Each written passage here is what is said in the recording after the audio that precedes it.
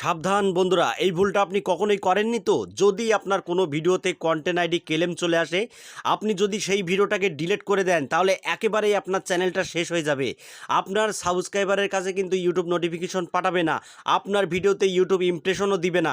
এর ফলে কী হবে, আপনার ভিডিওতে ভিউজ আসবে না, আপনার চ্যানেল একেবারেই কিন্তু ডাউন হয়ে যাবে। তো এই ভুলটা কখনোই করবেন না। যদি আপনার কোনো ভিডিওতে কন্টেন্ট আইডি ক্লেম চলে আসে, তাহলে আপনার করণীয় কী, কিভাবে কন্টেন্ট আইডি ক্লেমটাকে রিমুভ করবেন, আজকের এই ভিডিওতে বিস্তারিত রিভিল করার চেষ্টা করব।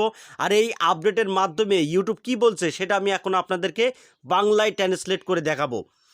দেখুন বন্ধুরা, এখানে ইউটিউব কি বলছে, ভিডিওটি কোথায় দেখা যায় বা নগদীকরণ করা যায় কি না তার উপর বিধি নিষেধ থাকতে পারে। দাবি এবং সংশ্লিষ্ট বিধি নিষেধগুলি সরাতে আপনি একটি নতুন ভিডিও আপলোড না করে দাবি করা সামগ্রী সম্পাদনা করতে পারেন। আরও আমি আপনাদেরকে বিস্তারিত পুরো বাংলায় ট্রান্সলেট করে দেখাচ্ছি, একটু ধৈর্য সহকারে দেখুন। সফলভাবে সম্পূর্ণ হলে এই বিকল্পগুলির যে কোনো একটি সংশ্লিষ্টভাবে একটি কন্টেন্ট আইডি দাবি এবং সাব করবে। দেখুন এখানে আরও কি বলছে সেটাও আমি আপনাদের দেখাচ্ছি। আপনি আপনার ভিডিও থেকে দাবি করা বিভাগটি সম্পাদনা করতে পারেন। এবার হলো মেন সিক্রেট কাজ। দেখুন, যদি আপনার ভিডিওর অডিও দাবি করা হয়, তাহলে আপনি দাবি করা অডিওটি থেকে অন্যান্য অডিও দিয়ে প্রতিস্থাপন করতে সক্ষম হতে পারেন।